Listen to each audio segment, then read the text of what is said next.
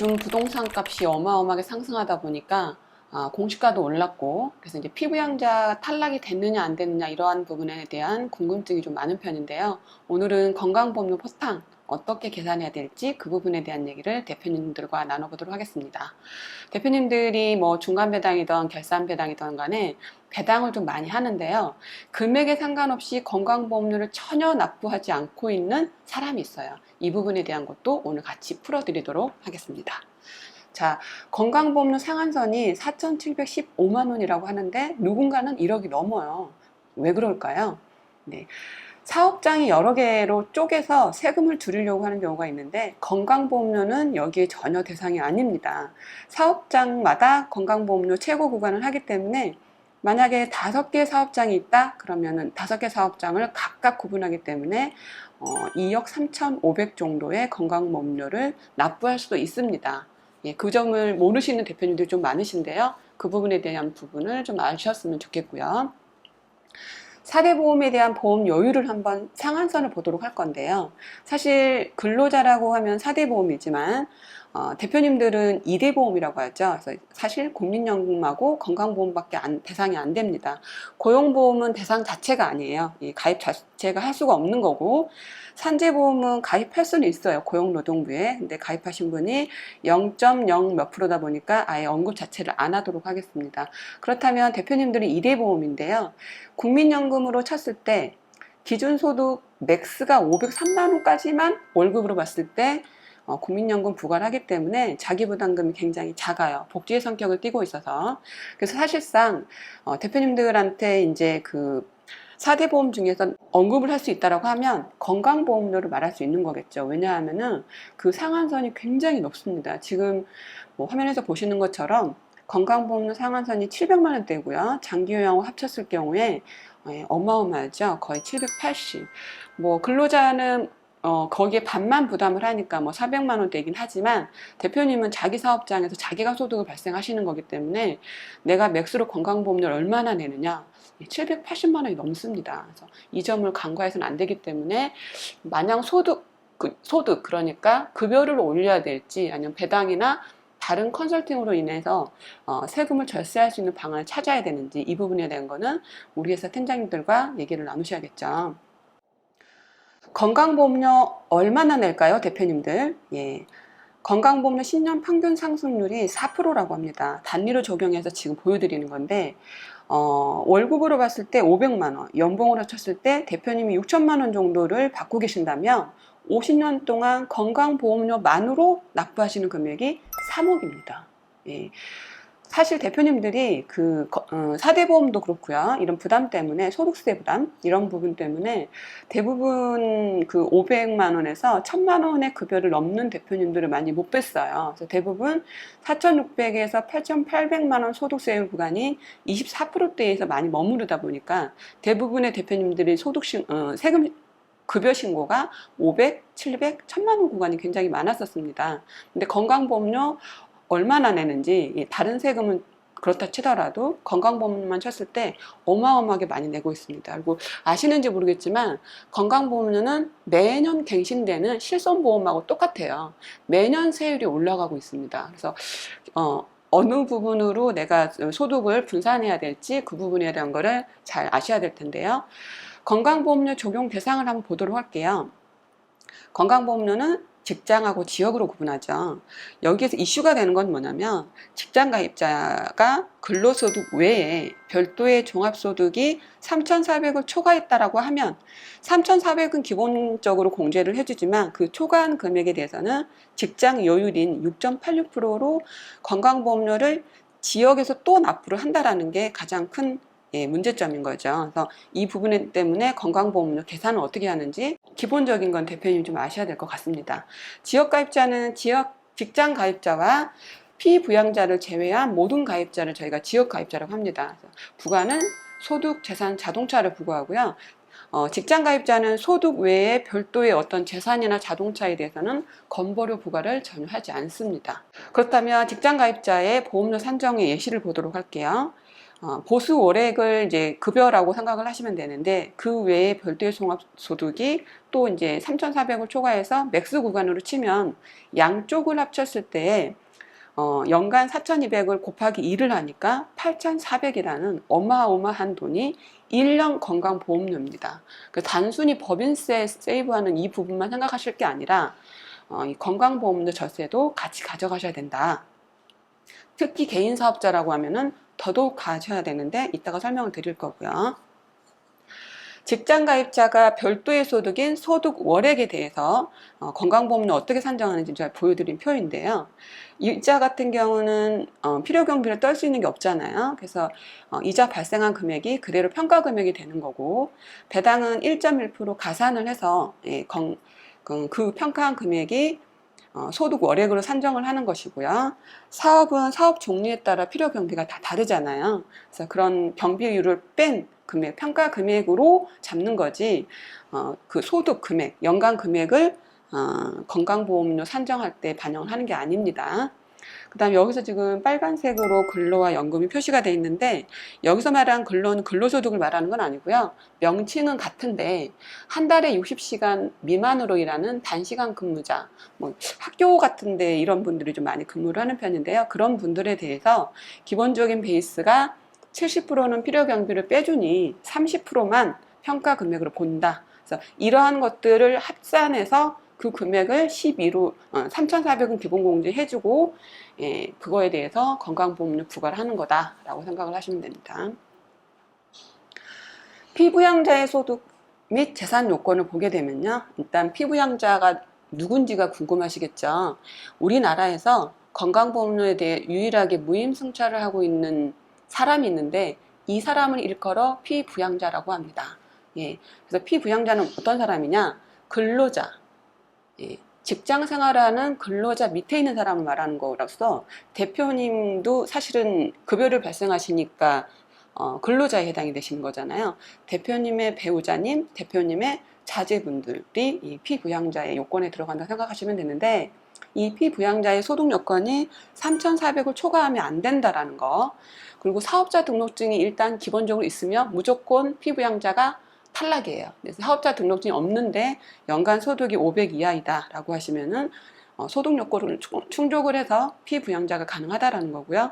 재산 같은 경우 피부양자는 기본 베이스가 5억 4천을 초과하지 않으면 괜찮습니다. 근데 5억 4천을 초과했다라고 해도 괜찮은 경우가 있는데, 9억을 초과하지 않고 5억 4천을 초과했다. 근데 이 엔드 조건으로 이 사람들 중에 연간 소득이 1,000만 원 이하인 경우에는 피부양자를 그대로 유지할 수가 있다라고 생각하시면 됩니다. 자, 예를 한번 들어볼까요? 이 피부양자의 수입 요건인데요. 아까 분명히 소득이 연간 500만 원 이하이면 괜찮다고 했잖아요. 근데 지금 예시를 보여드릴게요. 오피스텔 총 수익이 연간 100만 원이 넘으면 피부양자가 안 된대요. 그러니까 아까 사업소득이 없으면 연간 500까지 괜찮다고 했는데, 임대소득, 오피스텔에 이런 임대소득이 100만 원을 넘으면 피부양자가 안 된다. 그 다음에 원천징수 영수증을 발급받아서 연간 100만 원의 연금소득이 있는 사람도 피부양자가 안 된다.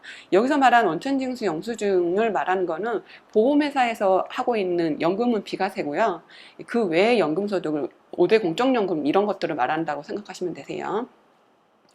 그 다음에 요즘에 부동산이 굉장히 많이 좀 올랐는데, 양도소득세를 납부하는 연도라면, 그러니까 파신 거죠, 부동산을. 양도소득세 납부한 연도라면 금액에 상관없이 그 해에는 피부양자에서 탈락이다 라고 생각하시면 되시고요. 퇴직금을 받았는데 그게 연간 100이 넘었다. 그래도 피부양자가 안 된다. 그래서 연간 100만 원을 넘으면 안 되는데, 지금 제일 밑에 같은 경우는 11월, 12월 두 달 60만 원씩을 받아서 120일 넘었으니까 당연히 피부양자가 안 되고 탈락이 되는 거겠죠. 자, 직장 가입자, 사실 여기가 키포인트인데요, 대표님. 경감하는 종류가 있어요. 건강보험료 피부양자만 지금 건강보험료를 안 낸다라고 했는데, 지금은 코로나 때문에 해외여행을 못하지만 한 달 이상 해외 체류하는 경우에는 신고한 경우에 그 달의 건강보험료 납부하지 않습니다. 지금 한 달 맥스 최고 구간의 건강보험료 400만 원대잖아요. 근데 신고를 해서 한 달 이상 해외 체류했다? 그러면 건강보험료 안 내는 거니까 굉장히 건강보험료를 해외여행 가는 케이스죠. 뭐 작년, 재작년에도 작년 이전, 코로나 이전에는 신문에서 많이 나왔었는데 지금 코로나 때문에 잠잠한 것 같아요. 그 다음에 또 하나 예를 들 수 있는 게 군대에 가 있는 자제분들한테 배당을 했다라고 했을 때도 건강보험료가 제로예요. 이 부분은 이따 다시 한번 설명을 드리도록 하겠습니다. 이번에는 지역가입자 보험료 산정에 대해서 알아보도록 하겠습니다. 자, 지역가입자는 세대당 건강보험료를 부과해요. 각 세대별로. 소득, 재산, 자동차를 점수화해서 우리 고스톱하고 똑같은 건데요.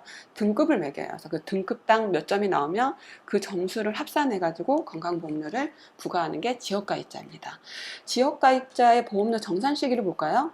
소득의 경우에는 사업소득은 전년도 소득을 당해년도에다가 기속을 한다라고 생각하시면 되는데 연금소득이 있다라고 하시면은 연금소득은 당해년도 지급 확정분에 대해서 부과를 한다라고 생각하시면 되고요. 재산 같은 경우는 6월 1일자 기준으로 내가 가지고 있느냐 없느냐 그 기준으로 해서 재산에 대해서 지역가입자 건보료를 산정을 합니다.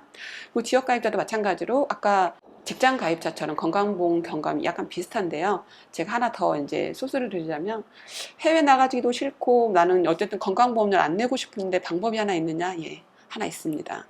교도소에 가시면 건강보험 부과를 하지 않습니다. 근데 내가 교도소에 갔는지를 공단이 알까요? 모를까요? 모르죠. 신고를 하셔야죠. 신고하시면 건강보험료 면제받습니다. 지역가입자 건강보험료 아까 제가 세대당 부과한다고 했잖아요. 이 경우를 제가 언급을 하려고 하는 이유는 뭐냐면은 사실은 우리 세금이라는 거는 인별로 분산하면은 세금 훨씬 더 절세할 수 있는 거잖아요. 그래서 자제분들 앞으로 이렇게 나누어 가지고 이제 배당을 하는 경우가 많은데 만약에 세대 단위로 합산하다 보니까 피부양자 자녀 한 명 한 명한테 각각 소득을 발생을 했는데 합산했더니 금액이 뭐 이렇게 2억이다라고 했을 경우에는 세대 단위로 부과하기 때문에 피부양자에서 두 분 다 탈락하셔가지고 지역에 준하는 건강보험료를 부과할 수 있으니까 그 부분에 대해서 유의를 하셔야 됩니다. 건강보험료 면제 요건, 아까도 살짝 제가 언급을 했지만 지금 다시 한번 말씀드리자면 해외에 한 달 이상 체류를 하시게 되면 건강보험료를 납부하지 않고요. 그 다음에 국외에서 종사하고 있는 분들도 건강보험료 면제예요. 왜냐하면 우리나라에서 건강보험 혜택을 받지 못하잖아요. 그렇기 때문에 면제다. 신고하지 않으면 알 수가 없다라는 점만 인지하시면 될 것 같고요. 아까도 잠깐 이제 우스갯소리긴 하지만 교도소 같은 곳에 수용시설에 들어가신 경우에는 건보료 대상이 아니십니다. 아까 제가 해외여행 가게 되면 건강보험료가 면제가 가능하다라고 했는데 예를 한번 들어볼까요? 해외여행 갔을 때 건강보험료 안 내는 방법 1일자 기준으로 국내에 있었느냐 없었느냐를 기준으로 봅니다. 그래서 만약에 여행 출발이 5일날 갔다, 5월 5일날 갔다, 그리고 7월 5일날 왔다 라고 한 경우에 일단은 5월 1일자에 국내에 없었으니까 5일자에 출발을 했기 때문에 5월 건보료 부과하지 않고요. 6월은 해외에 계셨으니까 건보료 면제를 받는 거고 7월은 7월 1일자 기준으로 거주했느냐 안 했느냐를 봤는데 7월 5일날 귀국을 하셨네요. 그러면 7월 달도 부과를 하는 거죠. 그래서 6, 7월 면제를 받아서 건강보험료로 해외여행을 간 케이스라고 생각하시면 되십니다. 그렇다면 건강보험료를 정지해야 되는데 공단이 내가 해외 갔는지 안 갔는지 내가 어디 뭐 군대 갔는지 안 갔는지를 알아야 될 거잖아요. 신고 방법은 지금 화면에 보여드렸으니까 이렇게 하면 된다라고 생각하시면 되세요. 1577-1000번 공단에 전화하면 아주 쉽게 접수가 가능합니다. 자, 군대 가거나 해외에 체류하거나 건강보험료를 부과하지 않는 방법에 대해서 말씀을 드렸는데요. 직장 지역 구분해서 저희가 정산 시기에 대해서 한번 말씀을 드릴게요. 자, 직장 가입자는 매년 4월에 정산을 합니다. 대표님도 근로자십니다. 개인사업자 대표는 5월에 정산을 하고요. 성실신고 대상자분들은 6월에 정산을 합니다. 그래서 만약에 직장 가입자가 어떤 소득 월액이라고 하죠. 별도의 종합소득, 근로 외에 한 가지 이상의 별도의 종합소득이 있다라고 하면 그거에 대해서 건보료를 부과하는 시기는요. 항상 그 해 11월부터 다음 연도 10월이에요. 그러니까 지금 제가 이 영상을 촬영하고 있는 기준은 7월인데요. 올해 11월부터 내년 10월까지 건강보험료를 부과하는 것은 언제적 소득이에요? 2020년 소득으로 2021년 5월달 종합소득 신고한 소득을 말하는 거겠죠. 근데 그 소득에 대해서 올해 11월부터 내년 10월까지 1년간 부과를 한다. 그럼 지역가입자는 어떻게 부과를 하느냐? 지역가입자는 항상 정산하는 시기가 매년 11월이에요. 그러니까 5월 달에 종소세 신고한 금액 자체가 가지고 오는 게 올해 11월부터 가져오기 때문에 작년도 소득으로 올해 11월, 12월 두 달밖에 안 내잖아요. 건강보험료를. 그러니까 사실상 전전년도 소득으로 올해 건강보험료를 낸다고 생각하면 되죠. 왜냐하면 지금 올해 1월부터 10월까지 건강보험료 부과한 거는 몇 년도 자료예요? 작년 2020년도가 아니라 2019년도 거잖아요. 그래서 걱정인 게 뭐냐면 지금은 근로자가 별도의 소득 3,400 초과하거나 피부양자 요건 3,400 이러한 요건들이 바뀌는 시기가 내년 7월에 2천만 원으로 이제 하향된다고 하거든요. 근데 이미 만약에 대표님들이 배당을 지금 올해 지금 결산이 3월달 결산이 끝나고 배당을 했는데 3,400을 초과했다.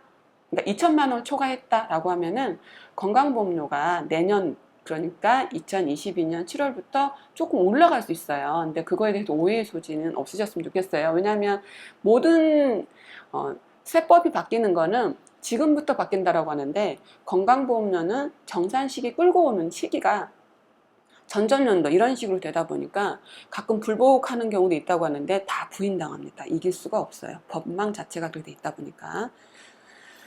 그렇다면 이번에는 직장, 지역, 피부양자 이 소득과 재산이 비슷한 사람의 요건을 가지고 놓고 누가 건보를 제일 센가를 보도록 할게요. 자, 보시면 알겠지만 직장이 20만 원대, 지역이 30만 원대. 사실 여기서 누가 제일 부자예요? 피부양자가 제일 부자입니다. 저 소득은 이자 소득이에요. 이자 소득. 이자 소득으로 3,400만 원이 발생을 했는데 저게 소득이 발생하려면 원금으로 13억 정도는 은행에다 예금해서 2.6%의 이자를 발생해야 3,400이 발생하는데 저분은 세금 하나도 안 내요. 그래서 법이 바뀌어야 될 문제이기도 하죠. 자, 얼마 안 되니까 난 건강보험료 낼래 라고 하는 대표님들한테 말씀드리고 싶은 거는 연간 600만 원, 월 50만 원 정도 되는 건강보험료는요. 대표님들이 은행에다가 5억 넘는 예금을 예치해야지만이 발생할 수 있는 이자예요. 결코 작은 금액이 아니거든요. 그리고 건강보험료는 언제까지 내요? 죽을 때까지 냅니다. 국민연금은 18세에서 60세까지 내는데 건강보험료는 직장에서 소득이 발생하지 않더라도 지역가입자가 되더라도 재산, 자동차 이런 것들이 제로가 되지 않는 이상 끝까지 죽을 때까지 납부를 하셔야 됩니다. 그래서 이 부분에 대한 거를 명시하셔서 건강보험료를 안 낼 수 있는 방법을 찾으셔야 되는데 그 해답은 우리 회사 CEO 클리닉의 팀장님들한테 있다라는 것. 마지막입니다. 세금이 죽음보다 무섭대요. 죽었는데도 상속세 내라 하잖아요. 그죠? 어떤 상품은 비과세예요. 어떤 거는 사람에 따라 다르니까 세액공제, 소득공제에 따라서 세율 구간이 달라요. 그렇지만 종합과세되고 거기에 증여 상속세까지 합치면 열심히 벌었는데 버는 순간 또 소득세를 떼던 법인세를 떼던 세금을 냈는데 마지막에 또 이제 상속세까지 내야 되고 내가 누구한테 무료로 준다 하는데 그것도 증여세를 내야 하니까 어떤 걸로 재산을 증식해야 될지 부분을 CEO 클리닉 전문가와 상담하신다면 기업 대표님에 맞는 컨설팅이 되지 않을까 싶습니다. 오늘은 건강보험료에 대해 말씀드렸고요. 다음에는 퇴직연금에 대한 말씀을 드리도록 하겠습니다. 감사합니다.